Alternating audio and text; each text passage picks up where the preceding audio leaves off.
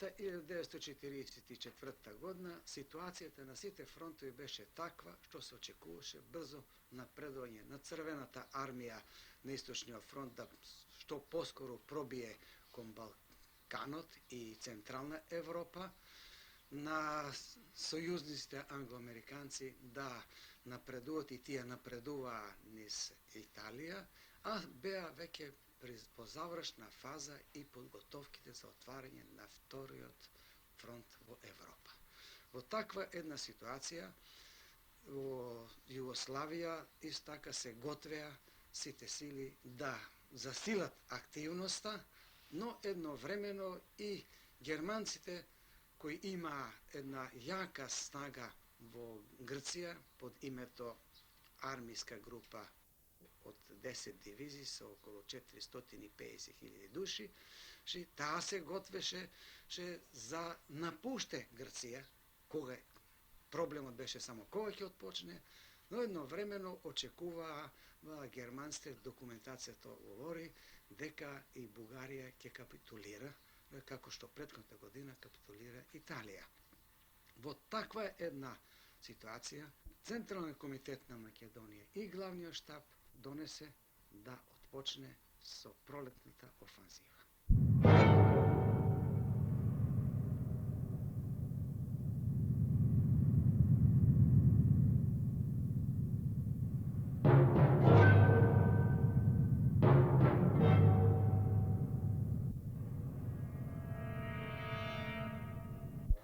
За таа цел се нареди првата и втора македонска бригада да ги засилат акциите. И тоа, првата бригада да помине во една офанзива, да се пробие во Западна Македонија и да ја обнови слободната територија од 1943 година. Втората бригада пак и оваа ситуација доби задача да помогне пробивањето на првата македонско-косовска бригада во Западна Македонија и да действува офанзивно во реонот Кајмакчалан, Тиквеш, Кожух, Гергелија, па чак и до Битола. Бугарските окупатори готвеа офанзива во северниот дел на Македонија, меѓутоа тие додека ја готвеа офанзивата, главниот штаб на Македонија нареди и презеде офанзивна акција со скоро 4 бригади. Тие добија задача, трета македонска бригада, да нападне на Кратово, да го заземат Кратово, шеста јужно-моравска бригада да нападне на Кривопаланка, првата софиска бригада да нападне на Ѓуршево. Со таква една концепција отпочна пролетната офанзива.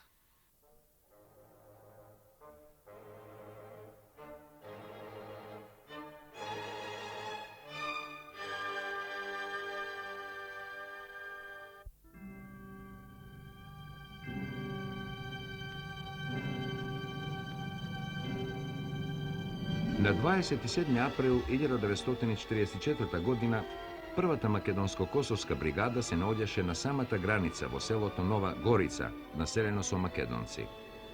Тука штабот на бригадата направи план во текот на ноќта да се префрли на планината Галичица. Таа изби на гребенот на планината и пред самите зори стаса во селото Завој. Според планот, бригадата требаше во селото Завој да се задржи ден-два, да собере податоци за движењето на непријателот и потоа да продолжи за Дебарца, каде што ќе изврши офанзива и ќе создаде нова слободна територија. Меѓутоа, во текот на дента, бригадата беше нападната од еден дел бугарски единици и во таа борба излезе како победник.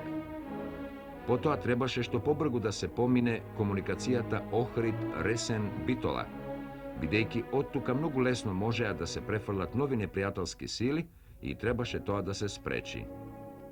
Поради тоа, откако ги разби бугарските единици, бригадата побрза кон спомнатите комуникации, постави заседи од едната и од другата страна, односно кон Охрид и кон Битола, и тука уништи еден камион со бугарски војници, ја помина комуникацијата и ги фати планините, така што на 28 вечерта цела ноќ ја помина во марш по планините, а на другиот ден veke se naodjaše na pad kon selo to Velmej. Dve najveće borbe koje su bile na Debrecama, to je bilo u Veljmeju i na Raspušću. Kad smo bili na Raspušću, da li smo bili rezervi, ne znam kako. Znam da je neki kosovski bataljon sa desne strane strašno napadao i Nemci i balisti su ih pritiskali, ali imali su već ranjene i mrtve i situacija ostala vrlo kritična. Pa je došao Janez Valenčić kod nas, rastegao ruke, kaže Zidar ovako na brdo gore, na vrh da se popenjete. I mi nismo ni dosta mislili, jednostavno smo se podelili po desetinama i počeli smo da jurušamo po toj šumi. Mi smo, možda bila to naša taktika ili sreća, mi smo gazili one Njemce i baliste koji su bili na položaju, pa smo prehitili ih, tako da smo potpuno neko paniko stvorili među njima. A sa druge strane su nabijali drugi bataljoni. Kod jedne bukve, velikog stabla ovako, podgornik me povuče za bluzu i kaže, pazi Zidar, Njemci. I onda mi se sklonimo iza te bukve, pošto je bila prilično široka, i ja mu kažem, slušaj, najbolje se povučemo natrag, malo u dolinu, da nas ne vide, pa ćemo ja sa desne strane, ti sa lijeve strane, da idemo gore. I ja sam se povukao natrag, a podgornik nije imao strpljenja da čeka da bi se povukao potpuno dolje, da bi se malo sklonio. Nego jednostavno išao na levo i vidim ga kako je pao, ufatio se za jedno granko i pao dolje.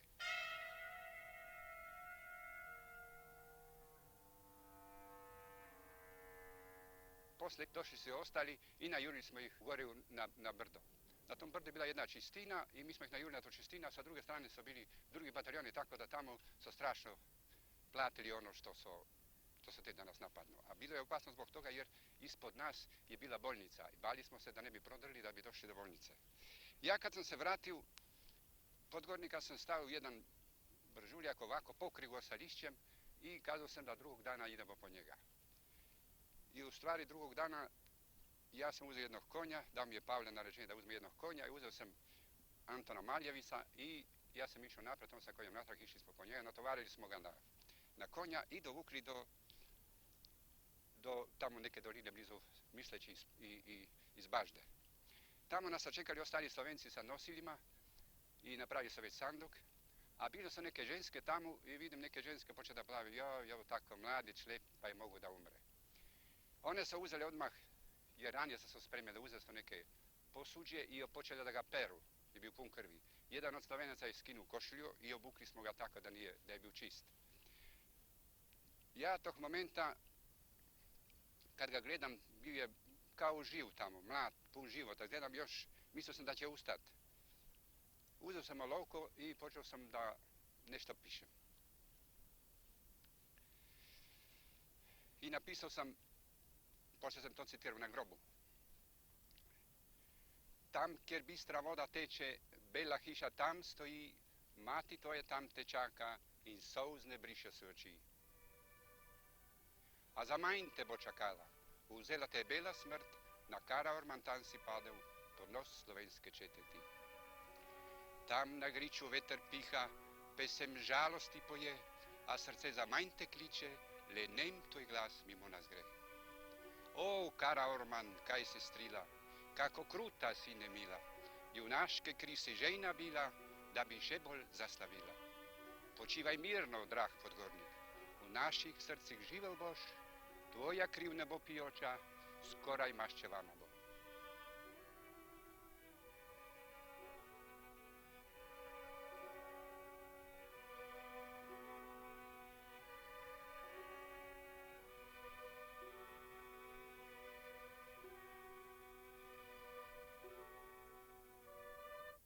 Втората македонска бригада заедно се движе до Пелистер со првата македонска бригада, врши напади во районот на Битола, на Грешници и неколку други посади бугарски во тој район, со што овозможува полесно пробивање на првата македонска косовска бригада преко патот Ресен-Охрид со борбите кои оде кај селото Завој и Велмеј и на тај начин После тоа првата македонска бригада продолжава западна Македонија, втората се враќа во Мориово и во районот од Мориово па до Гевгелија води силни акции кои се извънредно значајни и јас се надевам дека акт кои непосредно учествува ќе укажат на нив.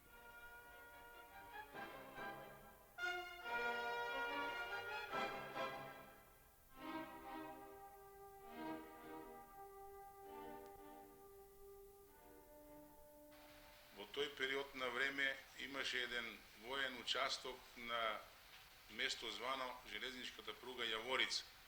Се направи план да тој участок биде ликвидиран. Планот беше да две чети тргнат една на југ, една на север, едната чета да оде директно на участок.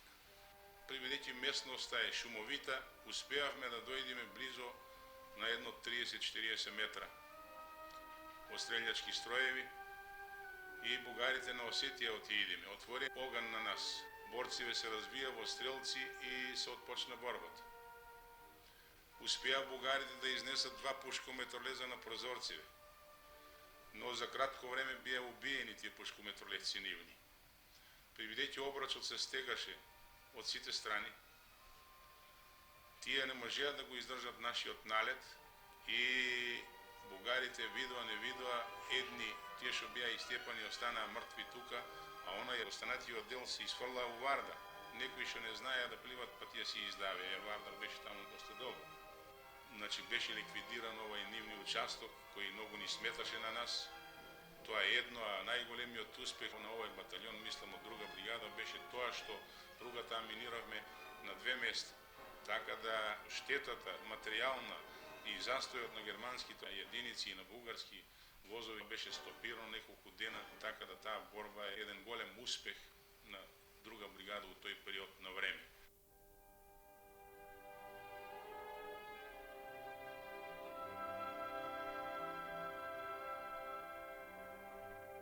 Бригадата е стално од борба во борба. Таа воде тешки борби во Крњево, во Мрежичко, во Демиркапија.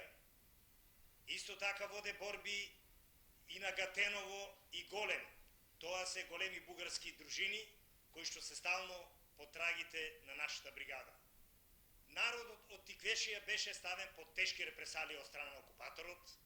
Тој превзеде и такви мерки каде што селата 4 до 5 села ги концентрише во едно село како во логори. Тоа беше Крњево, Ресава, Кавадарци и други места. Но и поред таквите мерки, бригадата беше стално у контакт со нашиот народ, затоа што навлегуваше во тие центри, ги разбиваше бугарските единици и така од тамо идеа прилив на нови борци.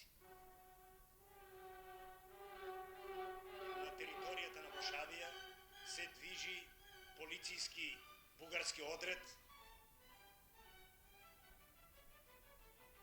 кој што во Тиквешија пали, интернира, плячка по селата, ги тепа селаните.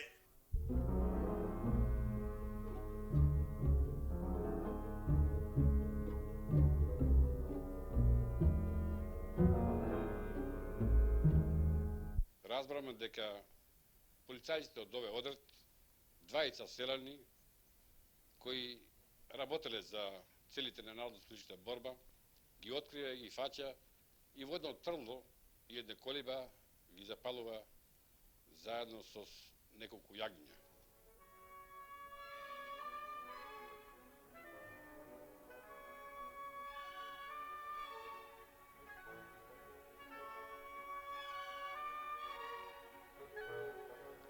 Ово уште повеќе ја подгреа желбата на партизаните за што поскоро и поуспешно ликвидација на овај злогласни бугарски полицејски одред Бенковски. Бидејќи полицајците беа на самото рече укрепени во длабоки укопи кои беа однапред подготвени за одбрана, со намера да го спречува борбеното дејство на втората бригада во правците на Демиркапија, Дрчевици, Копришици и другите оближни села, овие два батальони od Mugarti do после 10 сатот, после 2-3 сати борба, го стегнаа обрчот така да полицајците се најдоа во потполно окружување. По едночасовно борбено дејство на Ричито, дека беа укрепени полицаите, се задими од дејство на рачните бомби и се дигаше голем чад и прав од самата земја, а и повеќе парчиња од шинилите на бугарски полицајци. Во тоа борбено дејство, кое јурише една наша партизанка, партизанката Ленка, што туку дојде од Ѓевѓилија, во првите борбени редови падна како прва жртва во ова наша борба.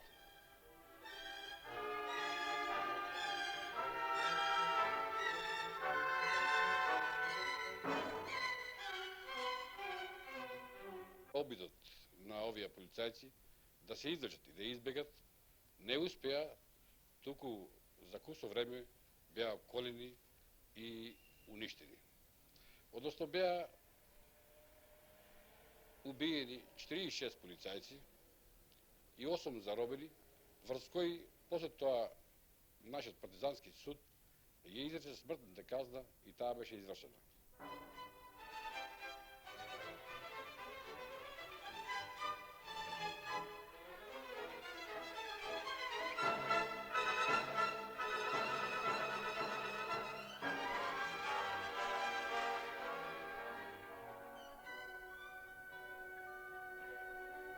Додека втората македонска ударна бригада ги изведува своите офанзивни акции во реонот на Тиквешијата, првата македонско-косовска ударна бригада во истото тоа време го продолжува својот пробив низ Дебарца, онака како што тоа беше набележено во планот на главниот штаб на Македонија за реализирање на пролетната офанзива.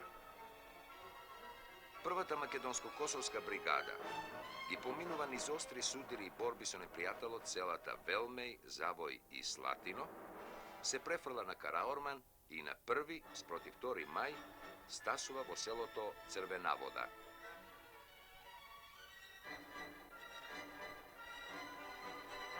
Tada smo stvorili plan za ofanzivu za oslobođenje Debarca. Plan je bio sljedeći. Kosovski bataljon, jedan je trebao da uzme položaj kod sela Botuna, drugi bataljon je trebao da zauzme, da bude kod sela Pesočane, jedan makedonski bataljon je trebao da zauzme Izvor, a jedan bataljon da drži položaj kod Podvisa. Porušili smo mostove i drumske i železničke, otpočela ofanziva 3. maja i to po planu kakvog smo bili stvorili.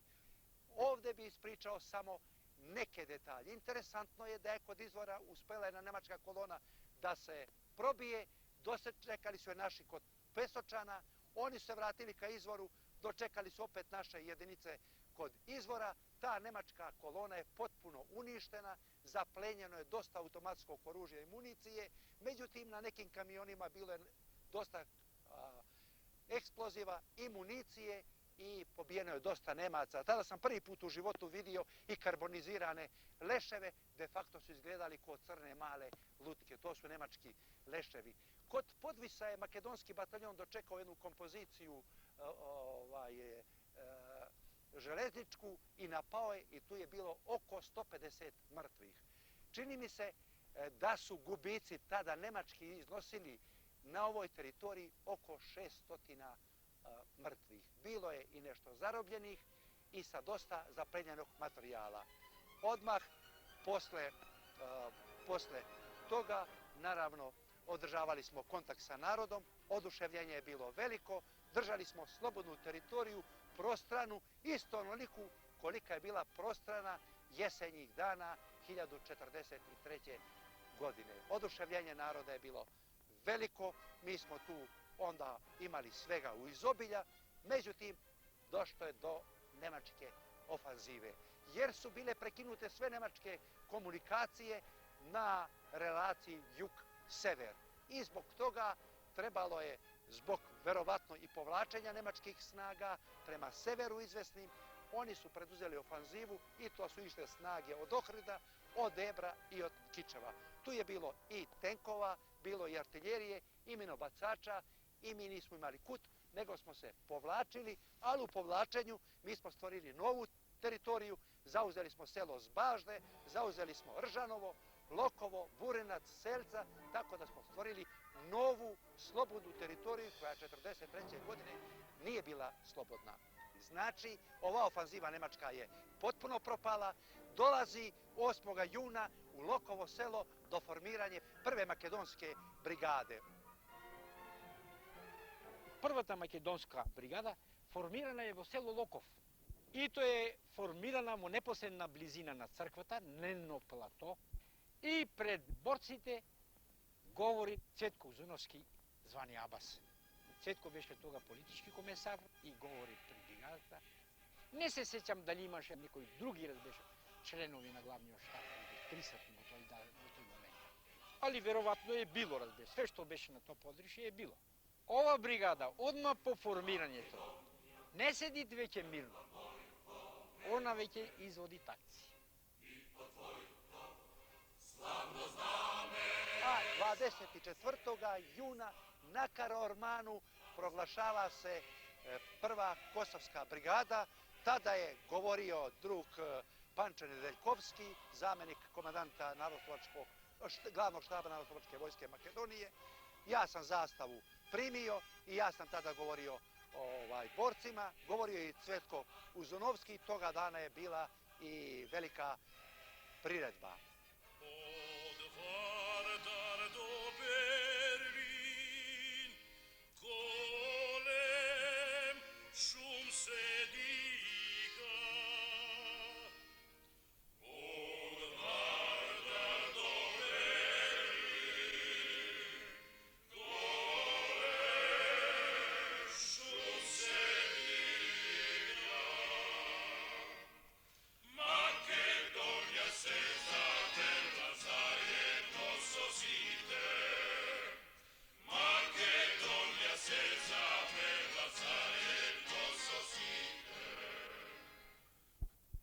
Posle toga prešli smo na slobodnu teritoriju ka selu Burincu i Sevcu, donijeli plan za napad na Debar.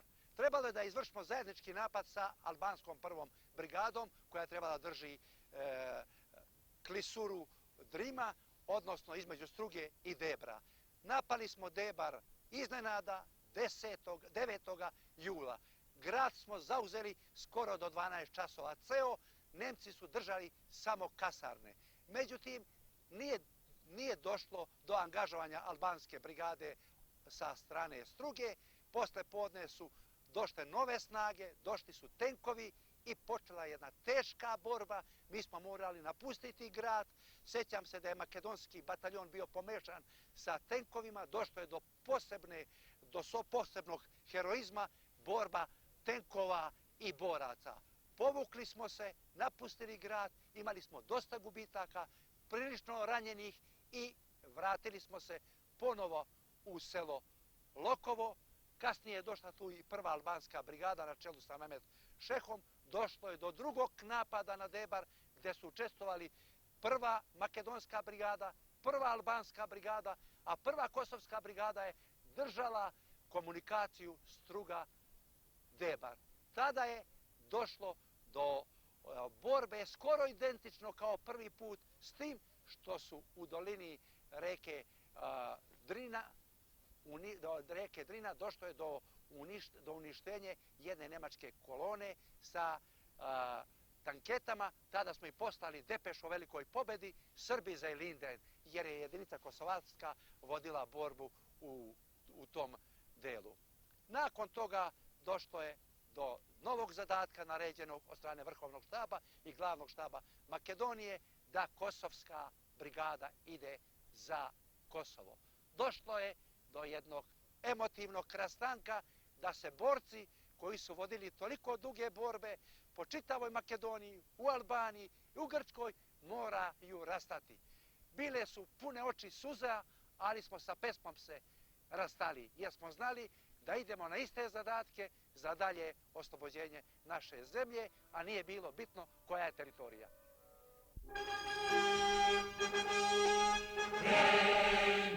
Prvata makedonska